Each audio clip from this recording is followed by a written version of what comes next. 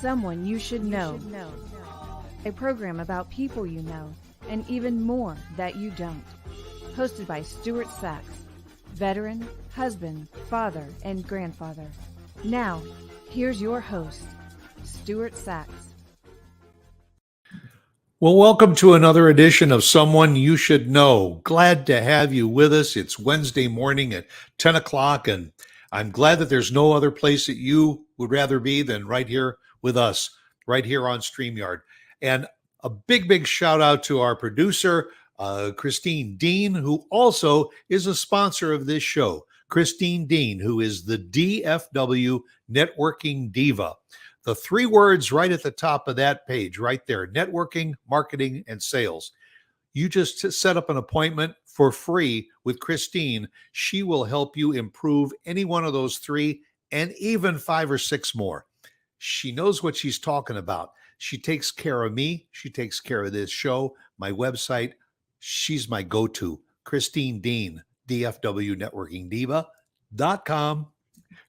Well, again, great show today because I have a very special guest. AnneMarie Zanzal. Hello. Is with me today. Well, hello, AnneMarie. Hello. I am really thrilled. I got connected with you because there is a site for podcasters out there. And I forgot the name of it now, podcasters.com, whatever. And you can just peruse that and find people that you might be interested in having as a guest on your show. And I will be honest with you, AnneMarie, for probably a good year or so, I have wanted to have someone who has come out either years ago or recently and all to explain to me and to my audience just what it means to be gay. And because I think there's a lot of things that we know and a lot more things that we don't know about the gay and lesbian community. And you said, hey, no holds barred. I'll answer whatever you want. I believe in it. And you are probably the exception to the rule because you came out later in life. Yes, I did. I came out after 27 years of marriage to a man and 4 kids. And so right away, somebody else's ears are going up and saying, okay, what were the circumstances after 27 years and 4 kids that all of a sudden you feel or you recognize or you just had now addressed it openly to say, I am gay and I'm coming out? Can I check all the above? Yes, you may. Okay, so as you know, Stuart, I work with people coming out later in life to the LGBTQ community. At this point, I work with only women. I will be starting to work with men coming up sooner. Coming up later. And I am somebody within my later in life community, which, by the way, it's a big one, that was sort of always new, but really didn't pay the attention to it deserved. I talk about it as I kept my sexuality on a box in the closet, in a box on the shelf in my closet, and I really didn't pay as much attention to it as I should have. And I'll be honest, like a lot of women, when I was raising my children and stuff like that, I didn't even think about my sexuality. So it really wasn't until I was in my early 40s that I started to wrestle with it. And it was a 10-year wrestle, by the way. It was 10 years from 42 to 52 before I finally decided that I had to explore this or I would regret it for the rest of my life. Was it a mental issue? Was it an emotional issue? What is it within your psyche that says, yeah, there's something there and I need to explore it? Well, I think, the thing is we're human beings. And so I think it is a physical, intellectual, emotional, and spiritual issue all at once. And it is something, how I explain it. Um, so for me, I had everything that we tell people that they should want. I had a long-term marriage, 4 kids, beautiful home, a good husband, wonderful job. I was a pastor of a church, and I've been a hospice chaplain for years. And I just felt like there was something missing in my life. And like a lot of people in the later in life, I'm gonna when I say later in life, I really mean women because that's who I work with. Within the later in life community, often have tons of degrees and stuff like that because we're like something's missing, and well, maybe I should go back to school and do this. Maybe I should go back to school and do this. So I got my master's degree in my 40s, and so it was like something was missing, and I could just not put my finger on it. And it was when I finally acknowledged my sexuality, the missing piece-ness of my life went away. Like, oh, this is it. And it wasn't so missing either. You know what I mean? It was acknowledging it. Yeah. It was there, but it was on a simmer. Yes, exactly. And you had to put it on the burner and let it cook for a bit. Mm-hmm, mm-hmm. You know, would some people look at you today and say, okay, you are a lesbian now, you have accepted that, but if you were married for 27 years and you had 4 children, you obviously had a heterosexual part of your life. Does that make you bisexual? Mm-mm. So I'm going to tell you what I tell every other person. The only person who can name my sexuality is me. So yeah, that's the only person. And I did a TikTok recently in which I was like, not your mom, not your dad, not your husband, not your wife, not your kids, no one can name your sexuality. So, I think that's a really logical conclusion. And I remember when I was first coming out, I worked with a therapist, of course. And when I first was coming out, she said to me, she goes, well, what do you call yourself? And she said, do you call yourself bisexual? And I was like, well, I guess so. I said exactly what you said. I was married for a long time. I was with my ex-husband for a long time. I dated boys all during high school and college and stuff. And but it was really like 2 weeks later, she said the same thing to me. And I said, no, I'm a lesbian. And I had a hard time saying that word at first. Now I'm very comfortable. But I said, no, I'm a lesbian because I don't ever think I want to be in an emotional relationship with a man again. So I knew that like in the beginning of my own journey. So what was the circumstances and what was it like for your husband when you crossed over this bridge and realized that your heterosexual relationship was what just wasn't quite there anymore, and that you had this different fork in the road to take? Well, it's really interesting. The thing is that my husband knew like about 6 years before. It was So you're like talking almost 20 years into your marriage. yeah, yeah, it was 20 years into our marriage. It was 2010. We got married in 1989. It was 2010, and I came out to him. I said, Jim, I really think I'm gay, and he said, no, you're not. And Well, I said, oh, okay. and that's a logical response. Right. You And know, and a lot of men say, oh, it's a phase, and it's not. And he said, and I said, oh, okay, because I was still at the point of my life's journey is that I was looking for to other people for the answers, including therapists and all kinds of people. And so when Jim said, his name was Jim, when Jim said that, I said, oh, okay. And then sort of put it away again. But when it actually happened, 6 years later, um, I think he okay. So what happens a lot of times in when this happens with wives, I mean, wives telling their husbands they think they're gay or bisexual or whatever, whatever where they ever fit in the LGBTQ community. We did a lot of negotiating. Like it first was like, well, if you want to date some women, that's okay with me, and and now I've determined that as inherently like misogynistic because if I had said, hey, I think I want to see other guys, he never would have said, oh, if you want to go date other guys, that's okay with me. He never would have said that. A lot of times, sometimes couples think about threesomes. That was definitely not in the cards for us. We're not built that way. And sometimes there's something called polyamory or open marriages, and neither one of us are like that. Both of us are very monogamous people. And so neither one of us wanted that. And so I had to make the very difficult decision to leave this very nice marriage that I had with somebody. And it was hard. I mean, it was a couple of years of a lot of pain.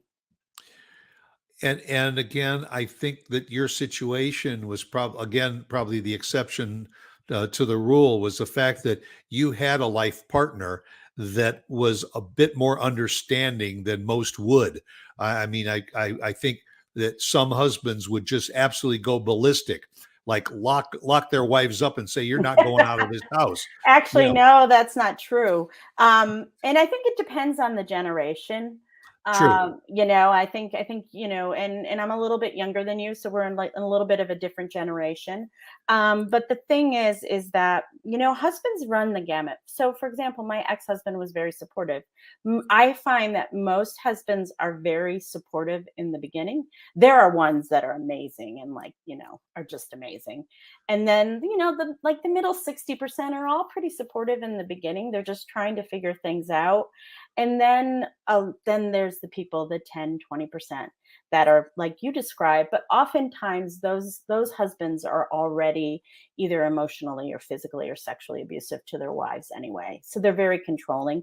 I would say most guys, I have in the communities that I serve, most men are actually they love their wives. And so they want them to be happy. And so they're trying to figure out how to stay married and how to do this and that. And then when divorce gets involved, then it becomes a lot more complicated.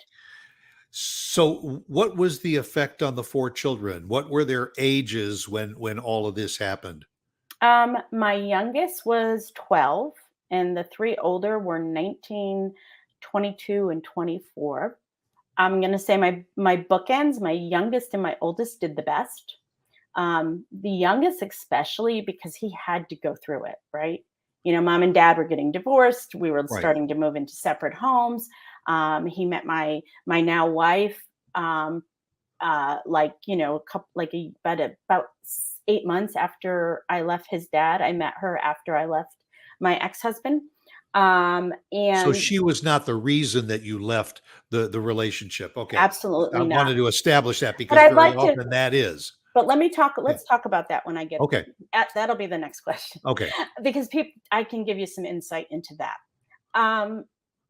And my kids were that age. So he did really, really well. My son, who was away at college, was 19. He was in love for the first time with a girl, and he wasn't paying attention to what was going on at home.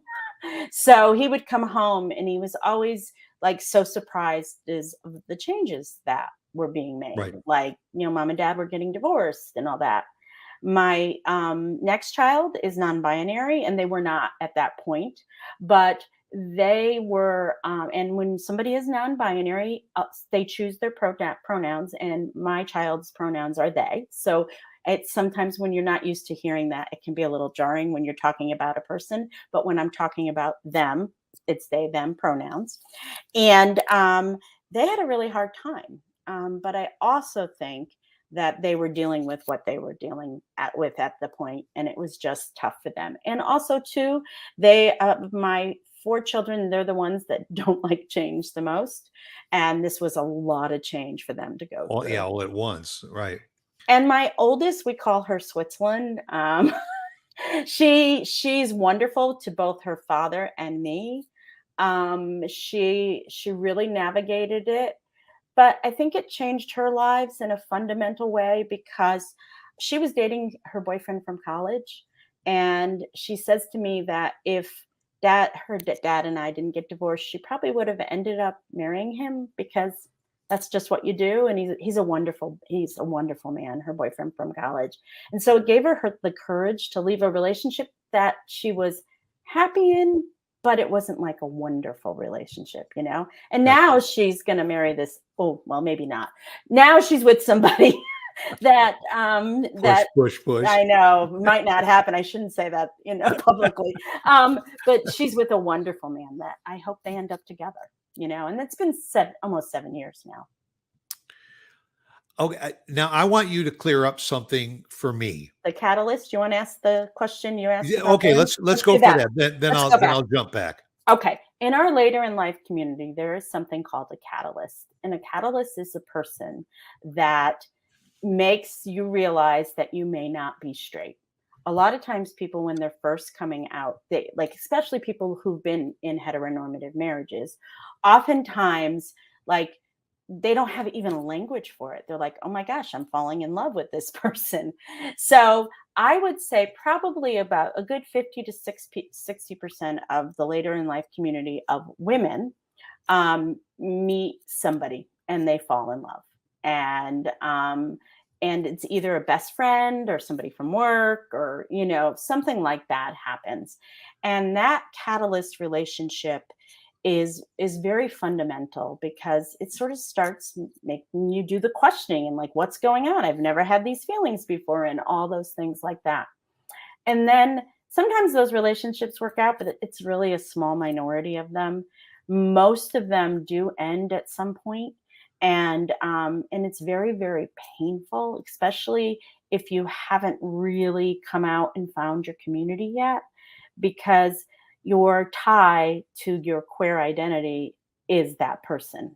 And so they're often your first community and they're your person. And so when women lose that relationship, it is devastating. And a lot of times too, people don't know.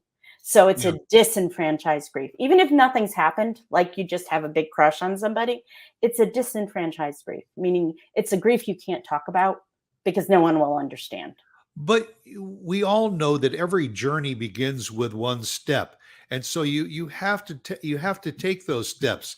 If it's painful, you learn by it. And then you decide, do I step back or do I continue to step forward? Exactly. And I agree with you. And so some of that happens some to women, and men are different in the coming out experience versus women. Men often have relationships while they're married, and while women usually don't do that. In my experience, I've only known one or two people, and I've seen thousands of women. So women typically don't do that. And so, yes, I agree. There are some women that like have an experience like that, and they say, well, that was amazing and wonderful, but it's usually, I can't give up this lifestyle I have with my spouse. Well, is it a matter of saying, I can't give up what I have now, or I'm not going to give up what I have now, but maybe down the road, I have to see where this is going, that I don't just turn the feeling off and say, okay, it's gone. The feeling just kind of stops or slows down, but that doesn't mean that it can't start up again. Exactly. And that's what happened to me when I was young, because those feelings were present for me when I was like a couple of times when I was 19 and 22. And I just sort of like, I grew up a real strict Catholic girl. It was the 1980s. AIDS was all around us. And I lived in not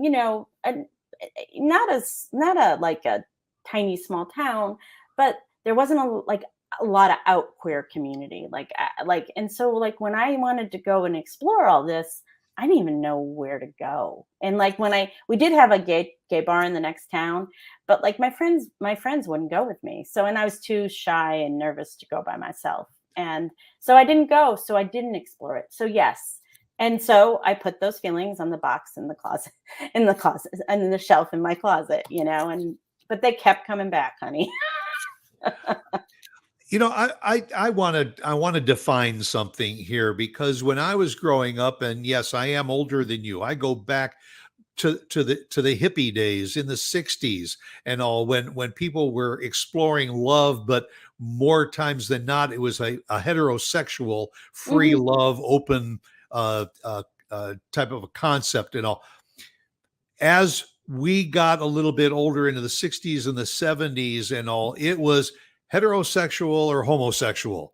You were either gay or you were not gay. And gay seemed to be the umbrella word that Mm-hmm. encompassed everybody. Mm-hmm. Then another decade later or so, there was a division that gay was basically adopted by the male heterosexual community, lesbian by the female.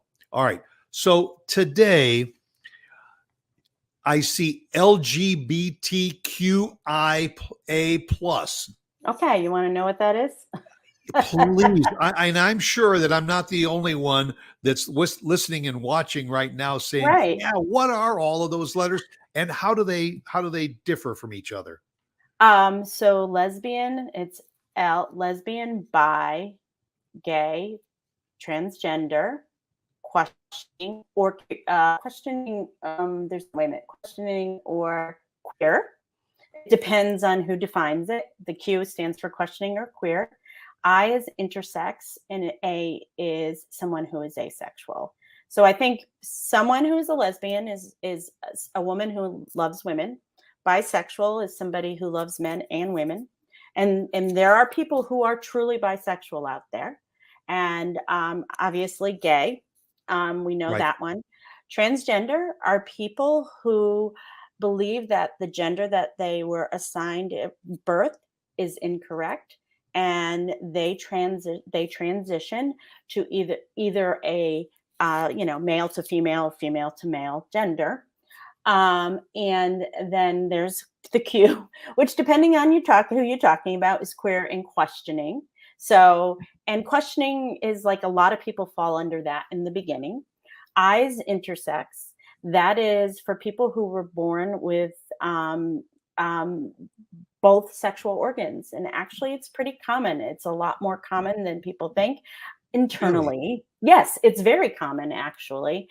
I've had several intersex clients over the years that like on the outside look like women, but on the inside they have, male parts. And I wish I could give you the number, but it's so much higher than you think it is, Stuart. I think it's like 10 or 15%. And then A is asexual, which means people who are often, are not really interested in men or women, and they're not really interested in sex that much either. And I just want to clarify, my understanding of asexuality may not be exactly correct. So I just want to just put that out there. So it's almost like what an atheist is to religion, somebody who's not sure exactly if they accept any of it or what they would accept. Yeah, I suppose so. And Yeah. then there's other, things that there's, pansexual, there's people that are demisexual. So there's Is that what the plus is for? Yes, that's what the plus is for. And everything else. Yeah. And the thing is that I think we're in a time of revolution, where people are like all of a sudden realizing that there's so much more diversity to life than the binary of heterosexual, male, female, that's it. And once we start to move outside that binary, the possibilities for diversity is amazing, really, really, because I think people have always felt all these things. We just didn't have the language for it. And by the way, the LGBTQ language is constantly changing, and constantly words are being added and subtracted. And so it's actually can be quite challenging to keep up with all the words. That's why I was like, you should ask somebody who's asexual exactly what that means. And I think also over the last generation, it seemed like if you were a gay or lesbian, you almost sought out parts of the country where it was maybe a little more accepted. Yep. We all know from my generation that Haight-Ashbury and the San Francisco area, that probably became the first really openly gay community in the country. Now most major cities have a gay community, but then when you get to the medium-sized cities and the towns and the villages and everything, it's still maybe a little bit more in the closet. Correct. Because but over the last generation and the last decade or so, I think that we're starting to realize, hopefully, that we're just all one human race. And if you as a woman want to be in love with a woman, God bless you. I wish you the very best of luck. Mhm. And the same for men with men. And because the heterosexual community of people getting married, 50% of them are ending up in divorce anyway. And it could be for a number of reasons. You alluded to it earlier. It could be an affair with one or the other partner that goes either within their own sexuality or going the other way. We just have become, I think, and hopefully to a point where we are accepting it as a human race a little bit more. Well, I'm going to have to differ with you there because We ain't there yet. yeah, we ain't there yet. And Texas is actually, I know you record in Texas, and it is actually a state that is especially hostile to trans children and trans people. And of course, a lot of people know about the Don't Say Gay bill in Florida. Right. And so, the thing is that, I feel like we live in two different countries sometimes. And I Well, do think yep. that I do think the majority of people, yes, I think the majority are people. I mean, most people in this country support LGBTQ rights. But there's always a minority that will probably never do it. And that's the one that actually sometimes has a lot of power. Well, isn't this month Gay Pride Month? Mhm. Everybody has their own opinions on this subject, but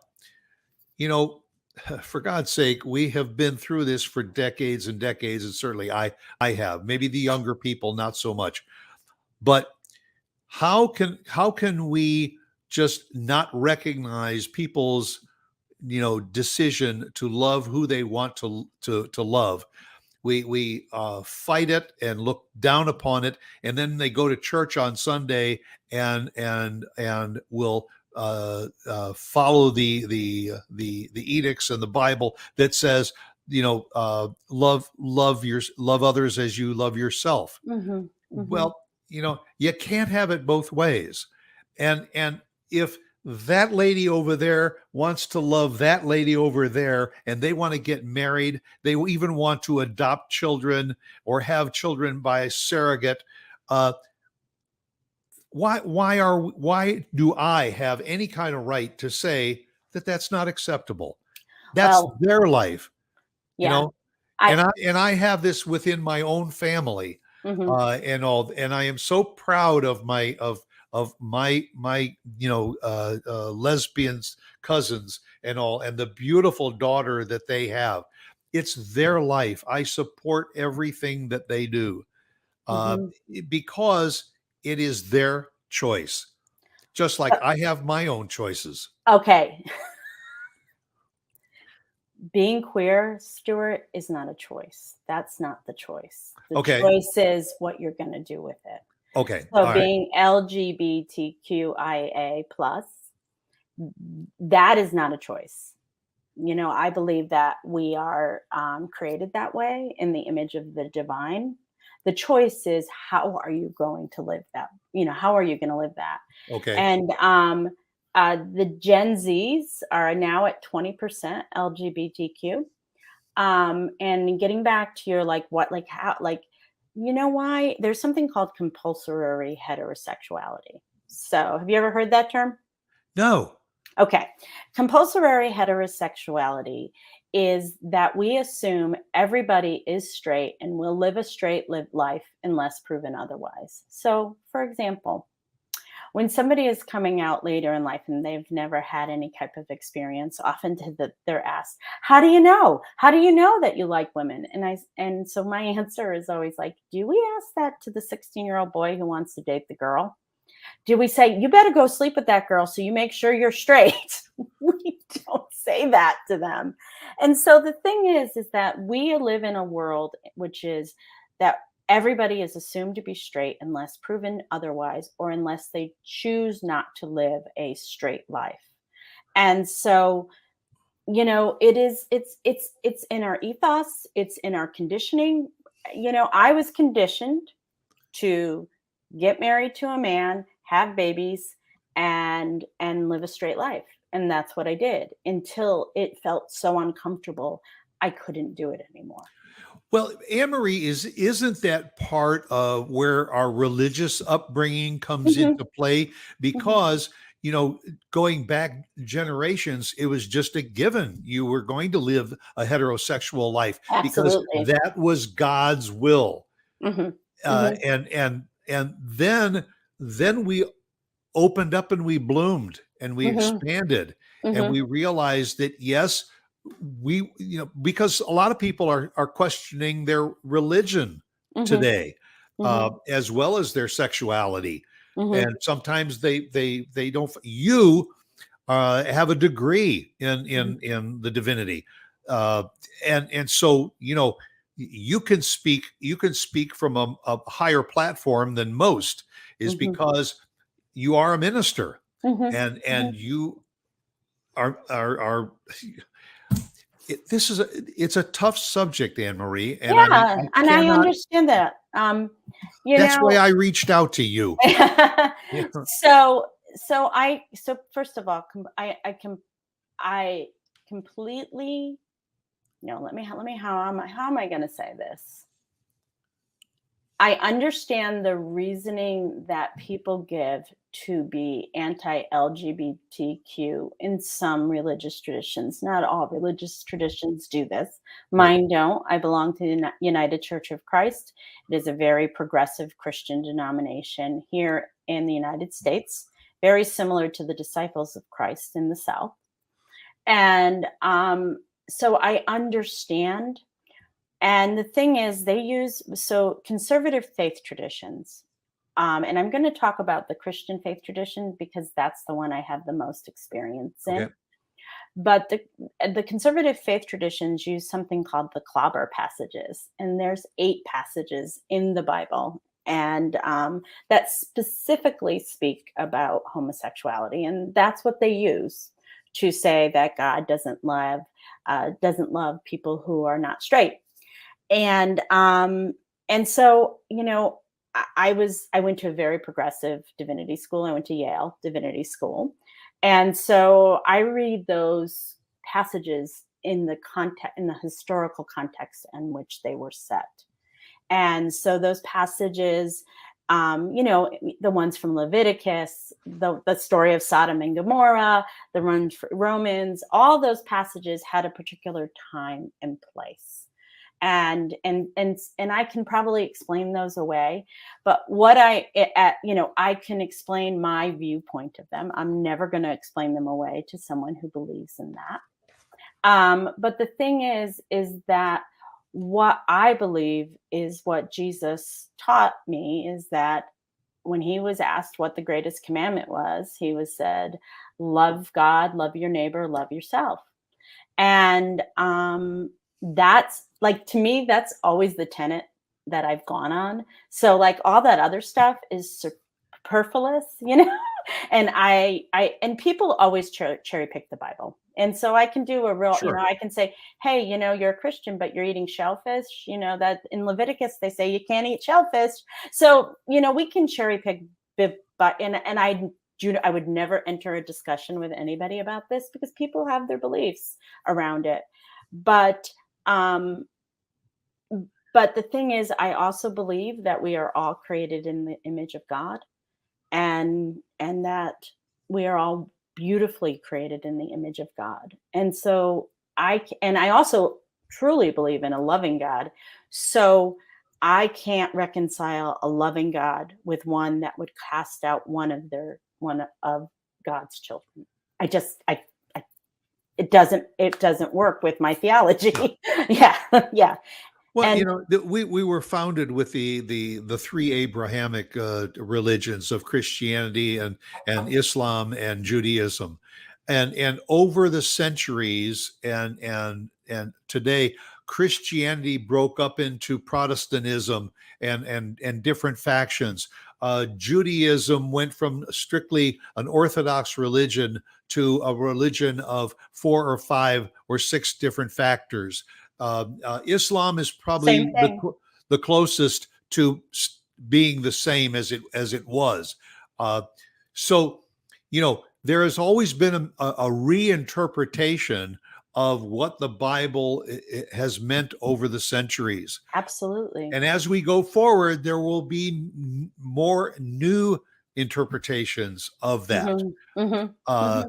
And that's why I find it fascinating that you have studied religion, and you are a minister, and Mm-hmm. so you have a broader perspective of what the whole issue is. And by the way, we should mention to those that are watching and listening that you are the founder and the CEO of an organization called Coming Out and Beyond. Mm-hmm. Mm-hmm. And again, we will show on the screen your website, so people can go to the website and learn a little bit more about this foundation. You Mm-hmm. also have a book that's called Authentic Peace. Right. Information on the website about that. Look at it, Google it, get information about it, learn what it may mean to you, to your family, to your friends, to your community. And reach out to AnneMarie if you need to explore this further, and ask her, would you talk to some of the people that I know so that they could have a better understanding of what this whole discussion is all about. Well, and I also recommend PFLAG. It's an old organization. It started back in the early 1970s, and it's the Parents of Friends of Lesbian and Gays. That's how old it is. It, but it's It goes that far back. Wow. Yeah, about 1970, 71, and it may be even sooner. And especially if you're a parent, and you are a parent, whether your kid is 5 or 65. And you're a parent, they have resources for you, because a lot of times for parents, I had a child that came out as non-binary. So I did have grief, because I used to know them a different way. And like a lot of parents, we have a lot of hopes and dreams for our children. And so right. Even, when our kids tell us news that don't fit our hopes and dreams for them, it can be quite it just takes a while to accept things. Now, did this happen prior to you coming out? After, about 4 or 5 years after. So, okay. Yeah. And so I also want to ask you, how have you personally been able to kind of reconcile within your Christian faith, your coming out and recognizing that that's where you wanted to be the rest of your life? That's a really great question. And I'm still, I've reconciled my Christian faith. That's not a problem. How did I do it? Well, first of all, I think that starting when I was in seminary, I started to think about God and what I believed in God. And I think I've already answered this in the sense that I do believe that Jesus taught to, love God, love our neighbor, and love ourselves.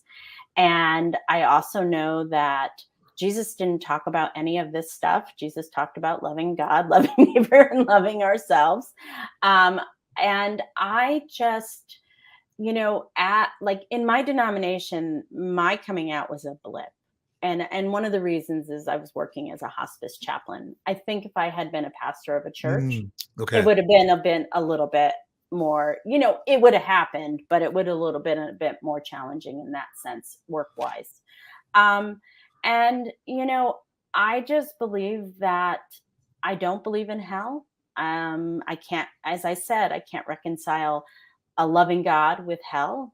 I can't reconcile a loving God with casting our children out or casting people out.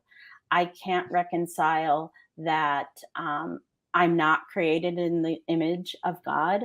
And so, it's been a real process. And I had a lot of anger towards God for a while, because I came out right after I was ordained. And so that was really hard. And a lot of times when people come out, whether they're 18 or, 78, they often struggle with their faith for a while, and sometimes pull away and become either agnostic or atheist. And then some of them come back, because they love faith, and they love having a community, and they love all those things of church. and Well, synagogues and stuff. yeah, well, yeah, and isn't it true that sometimes they find that denomination within their faith that is their doors are a little bit more open to the gay and lesbian community? Yeah. Off the top of my head, I would say Disciples of Christ, United Church of Christ, the Unitarian, the Metropolitan Community Church, and I can't remember it right now, so I'm not going to say it. But there's there's a lot of, there's like Presbyterian USA. All of those are pretty. Episcopalians. I'm starting to go. All of those are pretty open to the LG. Yeah, my brain is starting to work. But 20 years ago, they weren't. Some of those were. Some of those were. Were they? Yeah. Okay. Yeah. UCC, what my denomination was, Metropolitan Community Church, was founded by queer people. So yeah, some of them were. It just depends. Like the Unity Church has been forever, I think. I mean, some of the denominations have been always very welcoming to everyone. Did your wife now follow a similar path that you did? Had she been in a heterosexual relationship? No, my wife, she dated somebody in college, but my wife came out when she was 22 years old. Okay. She was raised Southern Baptist, so she's actually more theologically conservative than I am. But she's had a lot of heartache because her father is extremely religious. She hasn't talked to him in years. Like I mean, she has made her peace with it. I mean, we're both in our late 50s. She's absolutely made her peace with it. But it is still very painful. And it's such a loss for him because everybody else in the family doesn't do that. It's just him. Yeah. But it's also something that you cannot afford to sacrifice the rest of your life because of a situation like that. Sometimes you have to say, look, there's a division here, but I have to follow my heart and follow my own path. Well, it was so funny. What happened? Well, we were when my wife's mother passed, her father, they were not married anymore. He came to the funeral and she saw him there. So his cousin said, I've been talking to him and I just tell him that he should just be with, be your dad and, people, and Tanda said, my wife said, he goes, well, if Tanda will change her ways, then I'll accept her. And she goes, yeah, I'm going to give up my wife who loves me for his cranky old ass. Yeah, I'm not going to do that. So in the time that we have left, I'd like your vision for people who are perhaps wrestling a little bit with their own identity and what are words of wisdom for them to try and take what's inside and get it out. Well, the funny thing is, Stuart, whether you're 15 or, like I said, 75, the journey is pretty similar. And there actually, if there is there is an LGBTQ identity development. There's 6 steps to it, and there's different theories. But what I would say, number one, it's okay to question. It's okay. You don't have to settle on any of those letters. Right. You can start out from, hey, I may not be straight. That's how I start out with all my clients. And I think that if you start going along in this journey, finding people that you can talk to about it, a trusted friend. Sometimes it is your husband. Sometimes people talk to their husbands or wives in the beginning about all of this. And also to find community. So I remember I said it took me 10 years to come out. Right. What I did the last time around is I Googled later in life lesbian. And I found, I found a community that was secret. And I have 2 secret Facebook communities for women online. And I Googled that, and all of a sudden I found a community of women that were talking about things that I had never talked about in my life to anybody else. And that community, when I joined it, had 160 women in it, and it was disbanded because the person that ran it didn't want to do it anymore. And when I ended, it had 2,400 women in it. My groups have, I have a 1,200 woman group and a 3,500 woman group. Well, again, AnneMarie Zanzal, who is the CEO and founder of Coming Out and Beyond, the author of Authentic Peace. The website, again, is on the screen. Reach out to her if you have questions or you just want to talk the way we have. And AnneMarie, I cannot thank you enough for being so open and honest and taking the time to share this conversation with me and my audience. It's very, very important. Thank you, Stuart. And thank you so much for having me. And I wish you the best. And as I always end my show, be yourself because everyone else is taken. That'll do it for another edition of Someone You Should Know. See you again next week, Wednesday, 10 a.m. Until then, be good to yourself. Bye. Thanks again, AnneMarie. Thank you.